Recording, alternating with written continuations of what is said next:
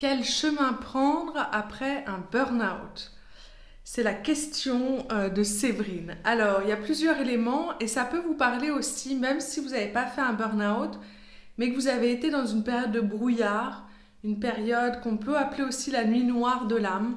C'est comme si tout à ce que vous croyez lâche et que ça remet tout en question.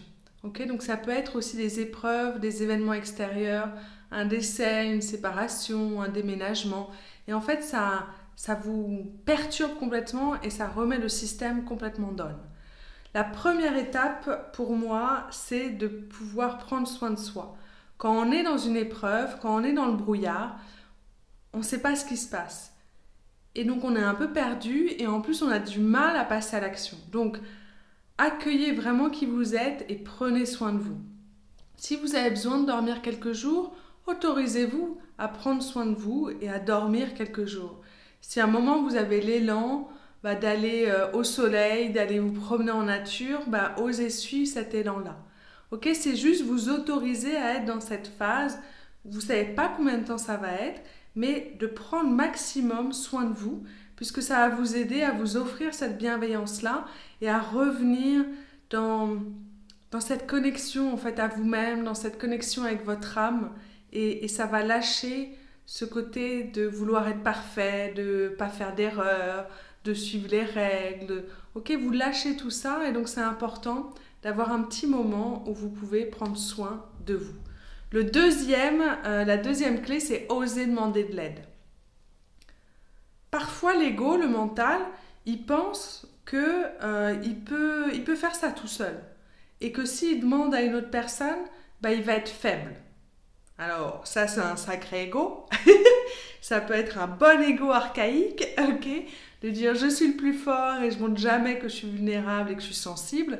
Donc, accueillez votre ego comme il est et en même temps, rappelez-vous que vous êtes un être divin, que vous avez une âme, qu'on est tous liés par quelque chose qui nous dépasse, qui est plus grand que nous, qu'on a une mission sur Terre, qu'on peut se reconnecter à cette sagesse et vraiment cette notion qu'on est un.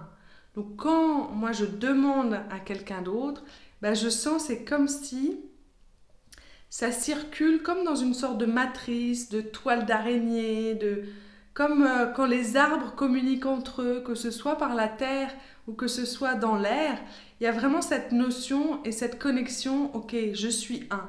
Et donc en étant connecté à cette source, on va donner, on va recevoir, on va oser demander, et c'est là où on réalise certains de ses rêves, et c'est là où aussi on change de cap. Quand moi j'arrive à un niveau et que je sens que je ne peux pas aller plus loin, là j'ai besoin d'un guide qui m'aide à aller de l'autre côté. Okay, donc ça peut être soit un proche qui va passer du temps avec vous, qui va vous écouter, qui peut partager une balade avec vous, un cinéma, un repas, ou ça va être une autre personne, un coach ou un thérapeute ou une personne experte dans votre domaine qui peut vous aider à passer le cap et à ouvrir un nouveau champ des possibles. Donc, osez vraiment demander de l'aide. Donc, 1, prenez soin de vous. 2, demandez de l'aide. Et 3, c'est cultiver le sourire. Sentez que même si c'est pas l'éclate, même si c'est pas le saut de joie, la danse de la joie, la roue de la joie, c'est juste, ok, comment vous pouvez apprendre à sourire un peu plus aujourd'hui.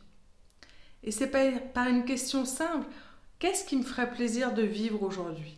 Et moi, il y a des moments où je sens que je me lève et puis j'ai vraiment pas envie, j'ai envie de rien. Alors soit je suis malade, la fièvre, le Covid ou autre chose, soit c'est juste, non, là je sens que j'ai pas envie. Et donc c'est important qu'à ce moment-là, moi j'aime bien le faire sous ma douche chaude, je dis ok, qu'est-ce qui me ferait plaisir de vivre aujourd'hui? Et là je laisse un silence, et hop, il y a des images qui vont me venir, des envies particulières, peut-être un mot que je veux entendre. Et là, ça me permet d'avoir ces petits instants de bonheur. Le fait que vous recontactez avec cette beauté de la vie sur Terre et que vous pouvez avoir du plaisir à vivre. Donc j'espère que ces 3 clés vous ont parlé. En tout cas, offrez-vous beaucoup de bienveillance. Vu comme ça, c'est sûr que quand vous êtes dedans, eh ben, c'est nul. Mais après coup, c'est comme s'il y a certaines personnes, elles ont changé de direction après leur burn-out. Sont lancées dans un nouveau métier. Elles ont plus pris soin d'elles. Ça a changé leur relation.